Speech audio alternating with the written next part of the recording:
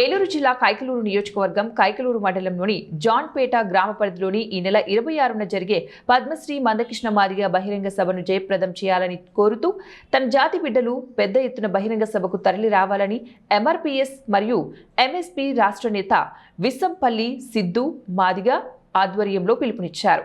ఆయన ఈరోజు చాలా ప్రాముఖ్యత కలిగినటువంటి నాయకుడు, పద్మశ్రీ అవార్డు గ్రహీత. మరి ఆయన 3 దశాబ్దాలు పోరాటం చేసి ఎస్సీ వర్గీకరణ సాధించినటువంటి దమ్మున్న లీడరు, గట్స్ ఉన్నటువంటి నాయకుడు మందకృష్ణ మాదిగ గారు.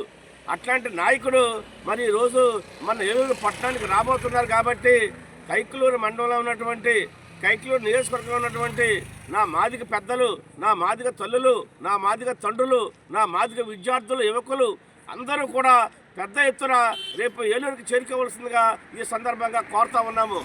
ప్రియమైన ప్రజలారా, ప్రజాస్వామికవాదులారా, మరి ఈరోజు మందకృష్ణ మాదిగ గారు అనే వ్యక్తి ఒక సముద్రం లాంటి వారు.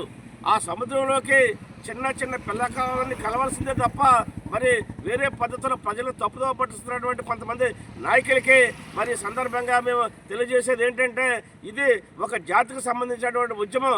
ఆయన మందకృష్ణ మాదిగ గారు ఈ రాష్ట్రంలో, ఈ దేశంలో ఆయన ఆరోగ్యశ్రీ సాధించారు.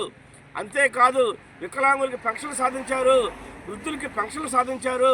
అంతేకాదు ఈ దేశానికి ప్రధానమంత్రి స్థానంలో ఉన్నటువంటి నరేంద్ర మోడీ గారిని తీసుకొచ్చి ఎరా చోటాబాయ్, నువ్వు